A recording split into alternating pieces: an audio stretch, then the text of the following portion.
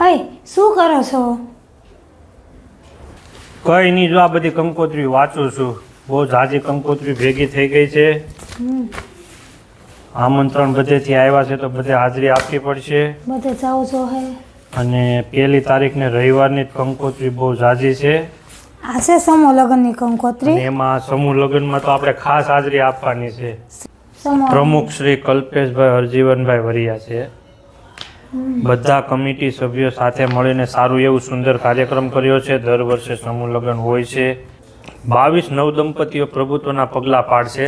અને તો વાલા મિત્રો, તમને જણાવી દઈએ કે બીજા મહિનાની 1 તારીખને રવિવાર પૂનમના દિવસે શ્રી સમસ્ત વાટલિયા પ્રજાપતિ સમાજ સુરત વિભાગ દ્વારા આયોજિત 68મો સમૂહ લગ્ન દીકરી એટલે વાત્સલ્યનું ઝરણું.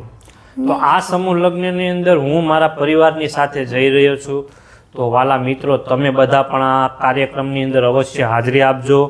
એકવાર સૌ પરિવાર સાથે જરૂરથી પધારો. જો એડ્રેસની વાત કરીએ તો એડ્રેસ છે આપણે Ladli party plot, out ring road, Pushpakar હાઇટની બાજુમાં. તો વાલા સ્નેહીજનો, વાલા મિત્રો, દરેક વ્યક્તિઓ તમે આ કાર્યક્રમની અંદર હાજરી આપજો, પધારજો. અને આપણો આ પરિવારનો કાર્યક્રમ છે તો આને આપણે ખૂબ જ સપોર્ટ આપજો તમે બધા. સફળ બનાવીએ. આની અંદર ઉપસ્થિત મહેમાનો પણ આવવાના છે.